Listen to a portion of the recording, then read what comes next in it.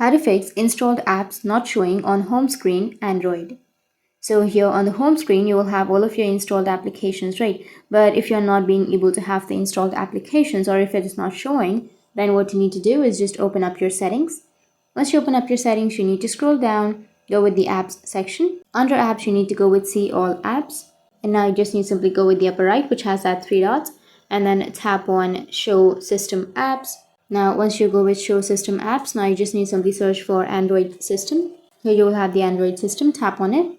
Once you tap on Android system, now you need to go with storage and cache and then go with clear cache. And you can also go with clear storage. Once you've done that, now you just need to simply go back and you need to search for home. You can go with Vivo Home or Samsung Home, any device that you are using right now.